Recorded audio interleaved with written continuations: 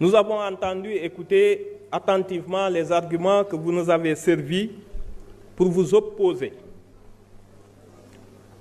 à la révision constitutionnelle tendant à la suppression du HCCT et du 16. Essayons de poser le débat calmement et autrement, au lieu de tirer la conclusion selon laquelle, hâtive, que ce serait un traquenard politique ou un piège électoral. Le HCCT est une anomalie constitutionnelle et vous le savez mieux que moi. Cette institution a été créée pour prendre la place du Sénat qui a été supprimé. C'est un Sénat. Si vous regardez sa composition, c'est la même composition que l'ancien Sénat. Des membres élus au suffrage universel indirect et l'autre groupe nommé par le président de la République. Le Sénat avait pour fonction d'assurer la représentation des collectivités locales.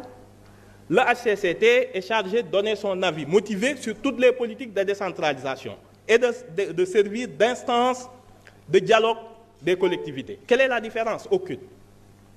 Et le vice est allé, Monsieur le ministre, jusqu'à donner le même numéro dans la Constitution.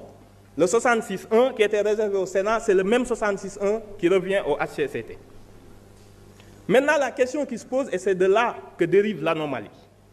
Comment une institution investie du suffrage universel, même indirect, peut se retrouver cantonné à un rôle d'organe consultatif?